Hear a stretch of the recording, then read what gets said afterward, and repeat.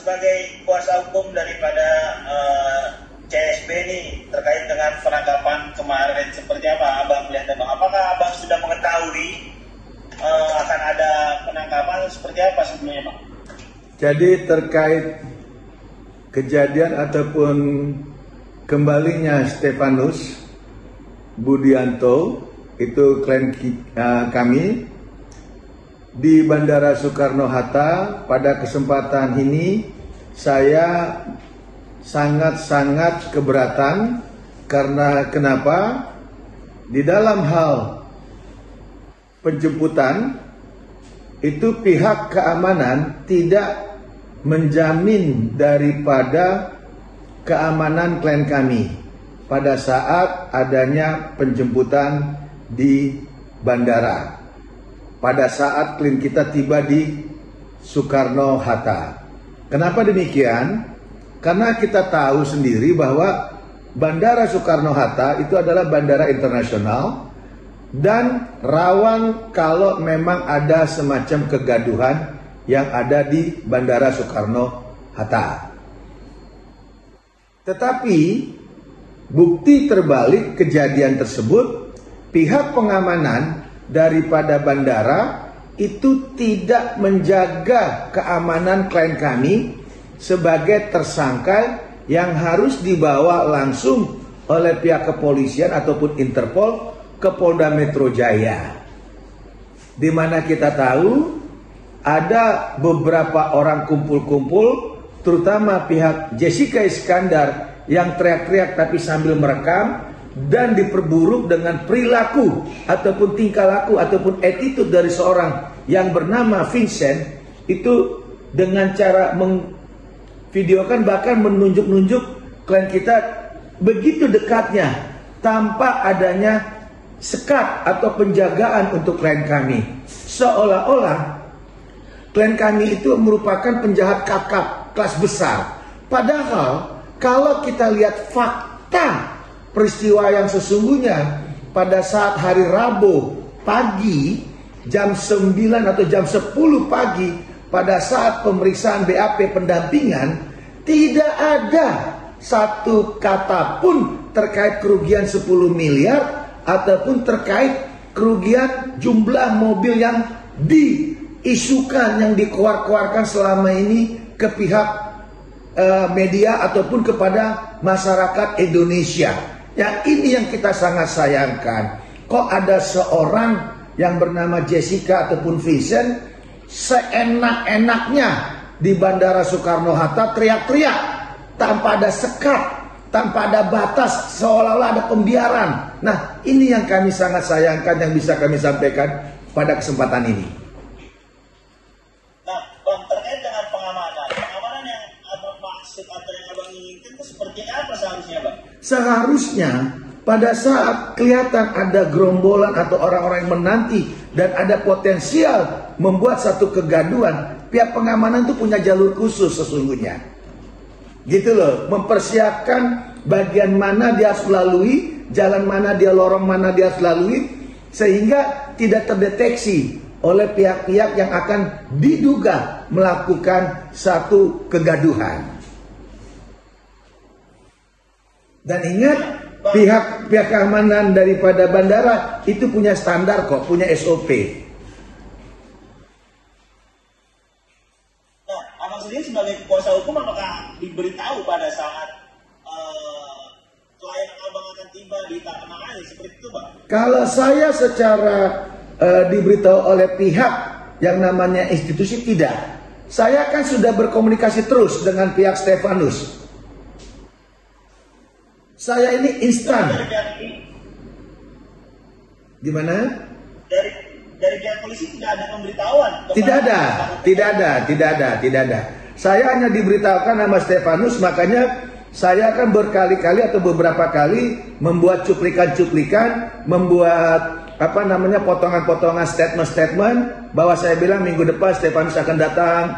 Itu di awal Selasa, kemungkinan jam 9 malam. Kan saya buat itu. Karena kita komunikasi dengan Stefanus.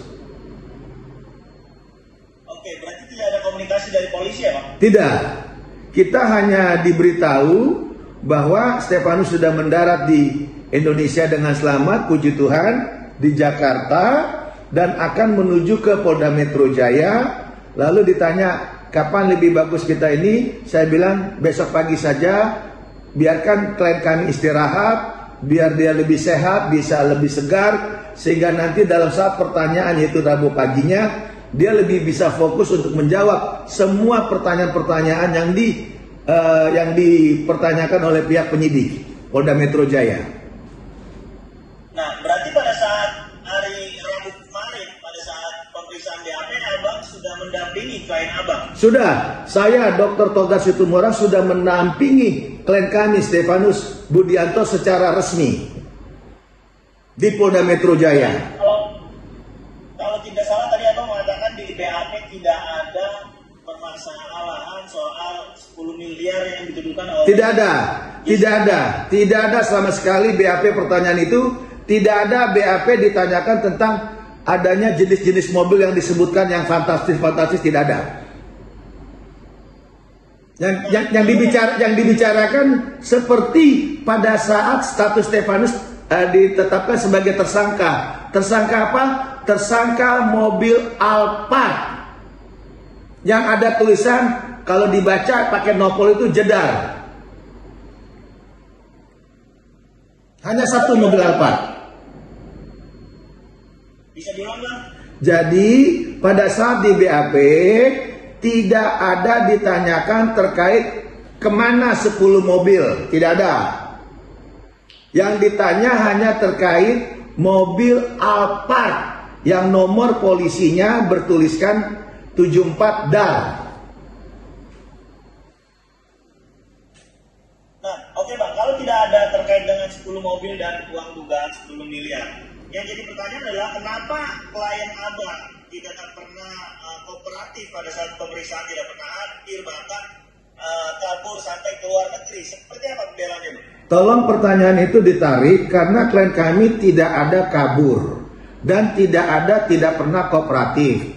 Pertama, laporan itu kapan dilakukan? Itu laporan dilakukan kira-kira bulan apa itu? Posisi klien kami sudah ada di luar negeri. Itu mesti ditarik. Kedua, klien kami tidak kabur. Kalau kabur itu dari Indonesia keluar, itu kabur. Itu kabur. Klien kami tidak pernah kabur. Klien kami sudah ada di luar negeri. Kenapa di luar negeri? Dia kerja. Kerja apa dia? Dia kerja untuk event organizer. Gitu loh. Jadi jangan jangan dibias-biasin, jangan dibuat heboh, jangan dibuat seolah-olah ini perbuatan kriminal yang berat atau yang besar. Nggak ada itu. Ini masalah kecil. Masalah kecil, hanya menyangkut korbannya seorang Jessica Iskandar, hanya itu aja. Tapi kalau kita bicara fakta, saya pengennya nanti di persidangan kita buka apa BAP daripada pihak polisi gitu loh. Sesuai nggak dengan laporan Jessica yang pada saat itu didampingi atas nama pelapor Setio gitu loh. Nah, yang jadi pertanyaan adalah ketika polisi mengatakan klien Abang sudah beberapa kali melakukan perjalanan ke Singapura, bahkan ke Malaysia dan terakhir ke Bangkok.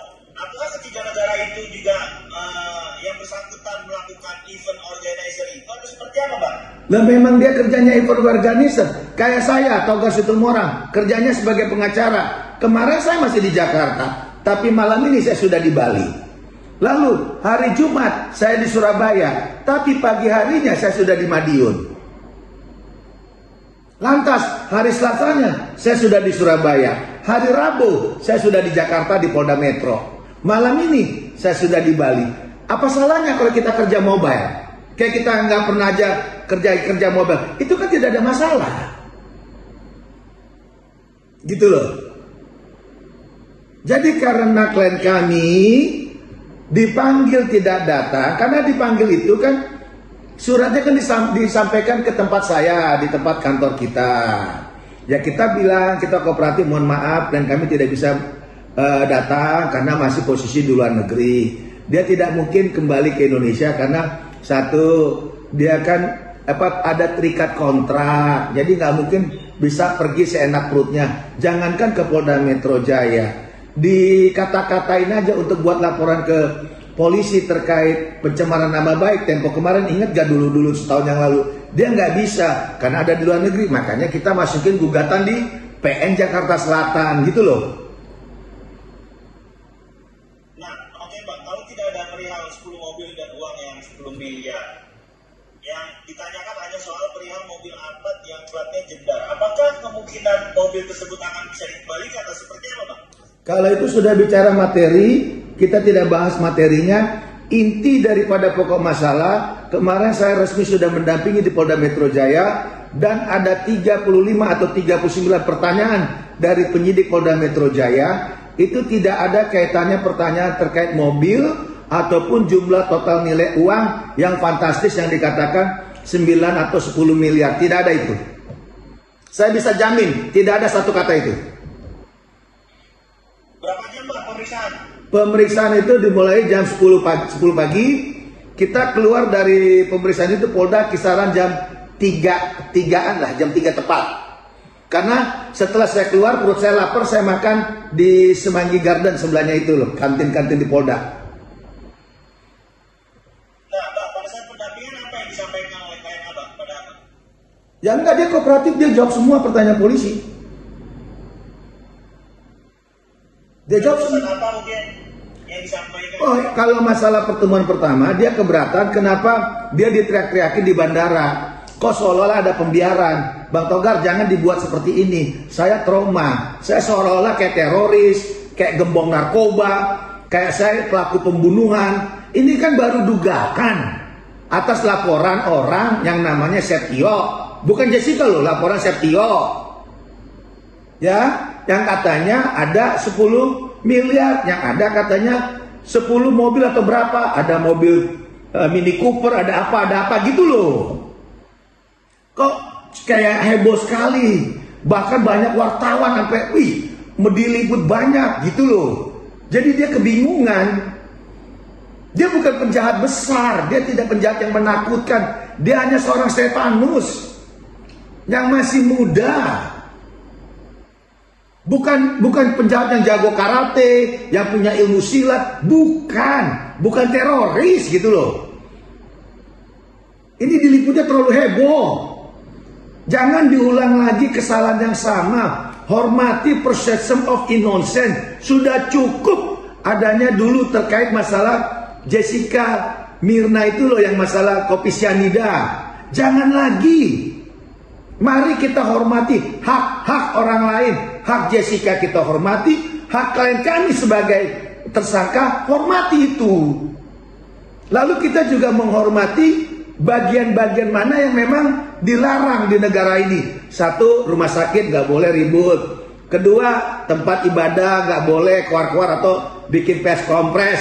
Ketiga, di tempat yang namanya aset negara macam kayak lapangan kapal terbang kan nggak boleh. Ayolah, kita sebagai negara hukum, kita sebagai anak bangsa taat atau tertib dong dengan aturan hukum.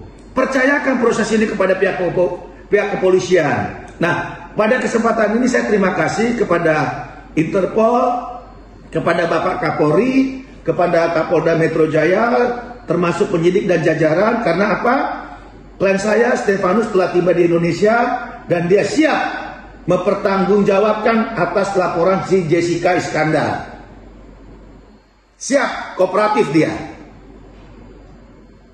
Jadi udahlah, jangan lagi diumbar-umbar netizen bilang ya wajar lah marah 10 miliar. 10 miliar dari mana? Ayolah kita bicara jujur lah. Kita fokus kepada hukum. Dan tolong juga jangan kadang-kadang saya dibilang opa ini, itu juga nggak baik, menghina orang tua gitu loh. Emang Anda tuh siapa? Apa karena Anda muda? Hei, kamu tuh siapa, Vincent? Saya nih Togas Tumorang, Indonesia asli. Jadi nggak usah kau belagu Vincent gitu loh. Ya kan? Jangan begitu, jangan panggil-panggil saya opa, sudah ini, sudah jangan. Hormati hukum di Indonesia. Gitu loh, ya.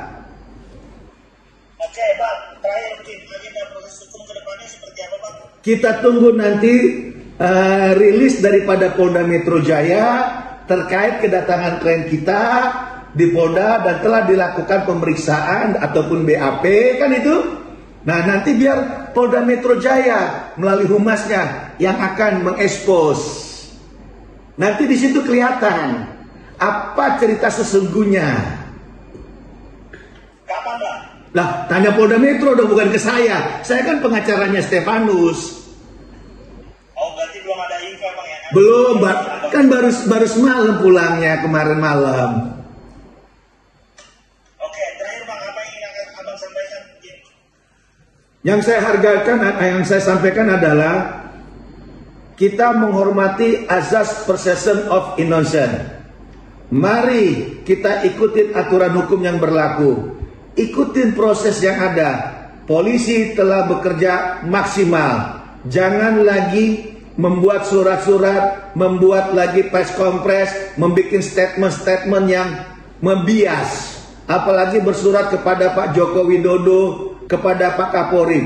Nah, sekarang klien kami sudah ada di Polda Metro Jaya. Ayo kita ikutin proses. Dan jangan lagi minta-minta uang dikembalikan. Gimana dong? Sudah dilaporkan ke polisi, sudah ditahan, sudah dipenjara. Di penjaranya udah, masa uang minta kembali? Di mana itu akal sehat kita di mana coba? Di mana akal sehatnya? Jadi mulai hari ini tolong jangan lagi membuat statement-statement yang enggak, hormati proses penyidikan di pihak penyidik Polda Metro Jaya. Semoga ini cepat bisa dibawa ke persidangan. Intinya klien kami sudah ditahan di Polda Metro.